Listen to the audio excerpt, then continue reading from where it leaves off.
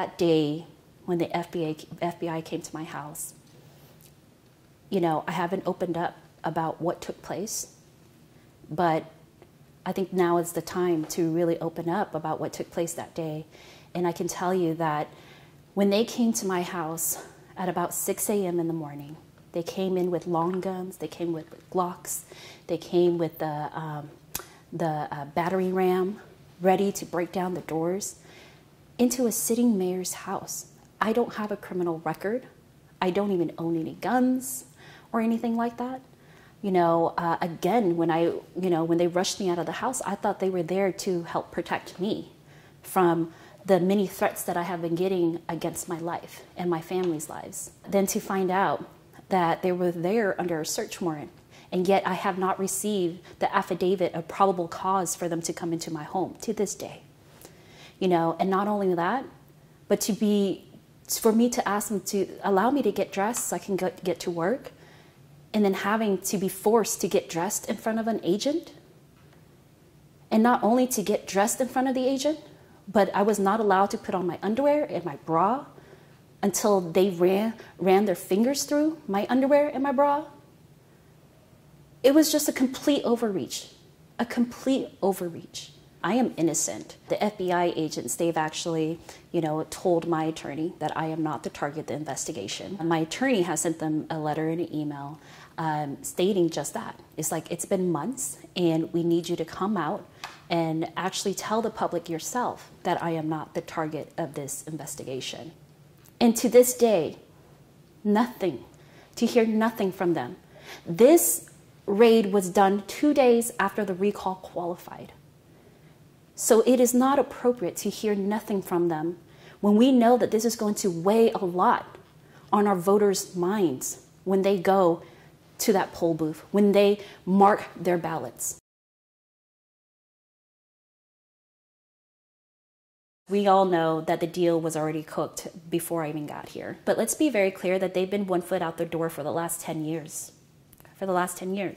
And so we did have a choice of renewing their, you know, to have a conversation about renewing an extension for the next year or so. They never asked us for a renewal, and I'm not interested in giving them a renewal knowing that they're going to leave. And so we're really excited that the Oakland Roots will be playing at the Coliseum next year for 2025, while their actual stadium is being built out on the Malibu site, which is adjacent to the Coliseum.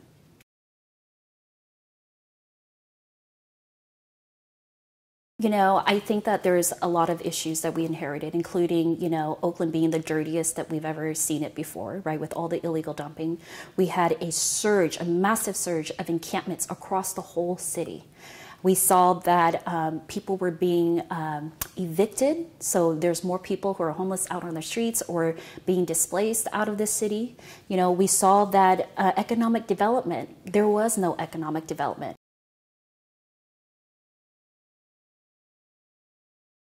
Just like many other big cities, we are in a deficit because of the pandemic. We're not popping back as quickly as in other cities in the state itself. We're feeling this. We're not coming back from the pandemic as quick as what we thought we were projecting, right? And so with that being said, yes, again, the Coliseum sale was never a silver bullet. So whether there's a Coliseum sale or not, these tough decisions is going to have to be made. But we're trying to make it so that the landing's softer and that the deficit that we're attacking is going to be a little bit slimmer. The Coliseum sale isn't just like a stopgap for today. It is going to be, you know, billions of dollars that are going to be realized, ongoing money for the city of Oakland in the future. And this is why the Hagenberger corridor is my priority corridor. That is the gateway to Oakland, from the airport to the Coliseum to the arena. And yet it's been allowed to look like, you know, a deserted space. But I see that as a blank canvas for those who want to invest. And we are so excited for the sale of the Coliseum and the development that is going to come because of that. When I came into office, crime was on the rise. It has been on the rise since 2019. Coming in, seeing this data, what I did was I sunsetted and broke down the Violent Crime Operations Center, and I resurrected the ceasefire strategy. We are on track right now, the first time since 2019, to have less than 100 bodies, less than 100 homicides. That is less than 100 black boys and brown boys dying on our streets this year. How I see the city of Oakland and how we run the city of Oakland is an ecosystem. You have to have public safety secured in order to have economic development. Without economic development, you can't program because you're not going to have enough resources, right? And so that's how we're seeing this strategy in regards to how we approach the city of Oakland. And again, we're just planting the seeds today to kind of see the fruition of all of it.